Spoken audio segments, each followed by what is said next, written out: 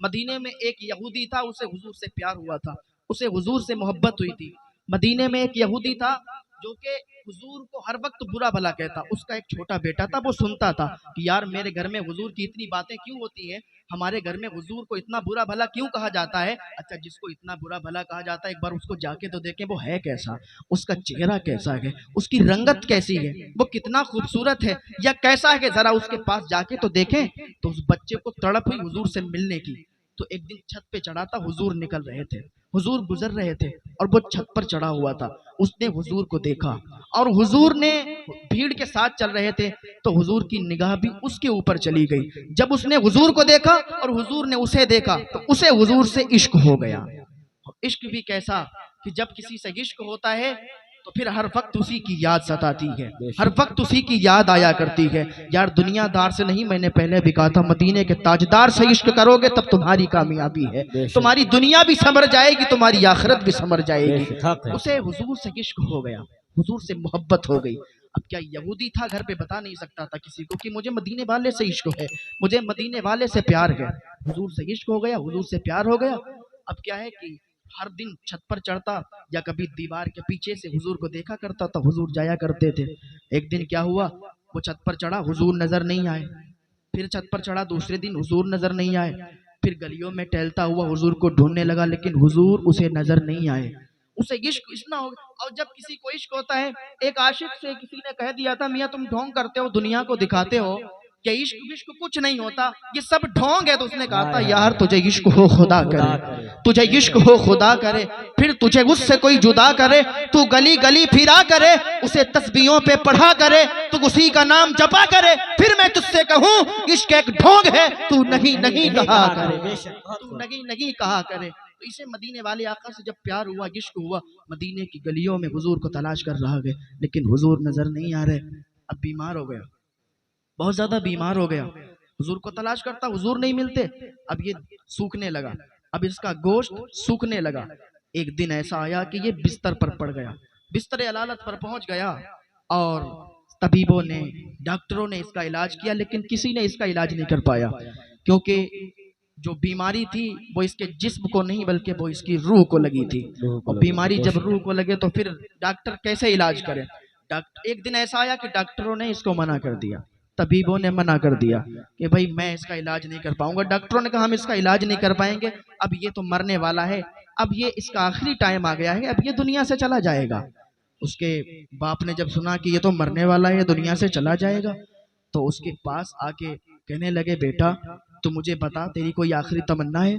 वो तो सोच रहा था कि कैसे मैं अपने अब्बा को बताऊं कि मुझे मदीने वाले से प्यार हो गया है, मुझे मदीने वाले से इश्क हो गया है। इसका बाप आता है और कहता है, बेटा मुझे ये बता कि तेरी इतनी तबीयत खराब हो गई, डॉक्टर ने जवाब दे दिया, क्या तेरी कोई तमन्ना है? अगर कोई तेरी आरज़ू हो, कोई तमन्ना हो तो मैं पूरी करने के लिए तैयार हूँ।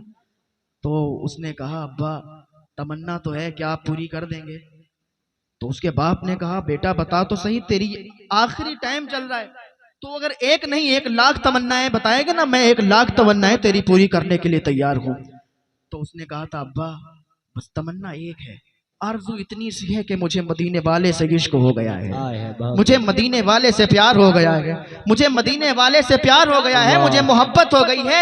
अब्बा मेरी तमन्ना इतनी है कि एक बार मैं उनका चेहरा देखना चाहता हूँ, एक बार मैं उनका दीदार करना चाहता हूँ, एक बार मैं उन्हें देखना चाहता हूँ।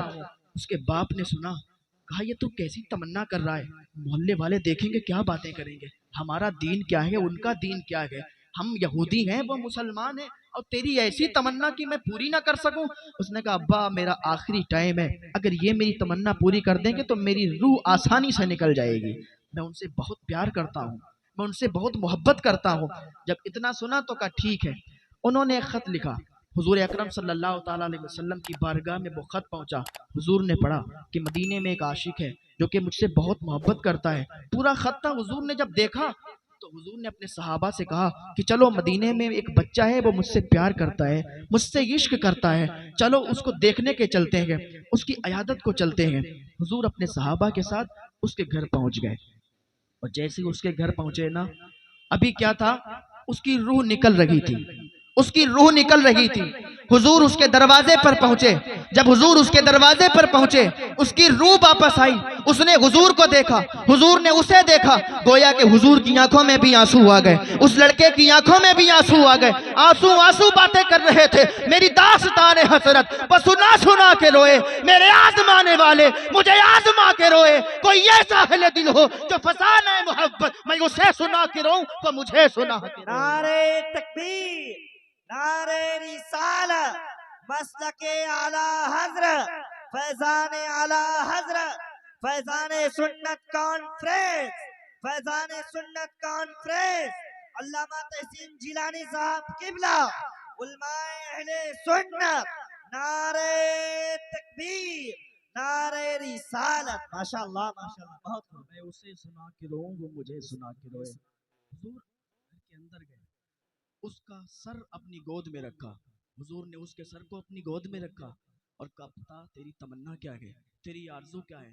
उसने कहा, या रसूल अल्लाह सल्लल्लाहु ताला अलैहि वसल्लम, मेरी एक आखिरी आपसे आरजू ये है, मैं आपसे ये पूछना चाहता हूँ, आपसे ये मालूम करना चाहता हूँ, मैंने कभी नेकी नहीं की, मैंने कोई भी नेक अमल नहीं किए, लेकिन या रसूल अल्लाह, क्या मुझे जन्नत मिल सकती है।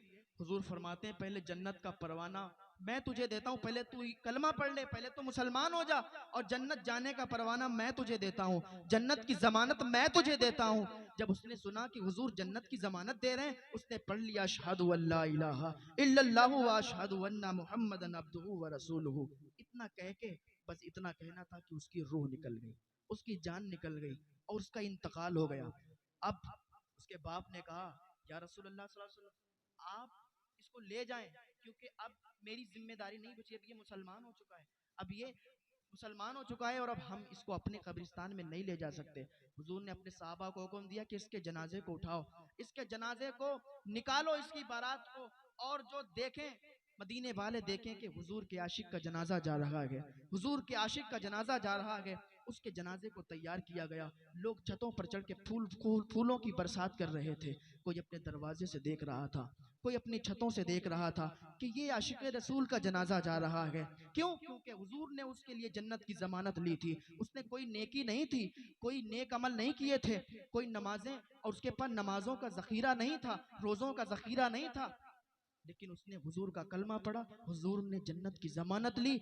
अब तो वो जन्नतुल बकी में दफन हो गया। हुजूर उसको दफन करके जन्नतुल बकी से जब वापस आ रहे थे, तो हुजूर पंजों के बल चल रहे थे। तो साहबा ने अर्ज किया, या रसूलल्लाह, आप पंजों के बल क्यों चल रहे हैं, आप पंजों के बल क्यों चल रहे हैं। तो हुजूर ने फरमाया, तुम्हें पता नहीं, जब से मैंने जन्नत की जमानत ली है और फरिश्तों को मालूम चला गए, इतने फरिश्ते आ गए हैं, इतने फरिश्ते आ गए हैं कि यहाँ पैर रखने की जगह बाकी नहीं है।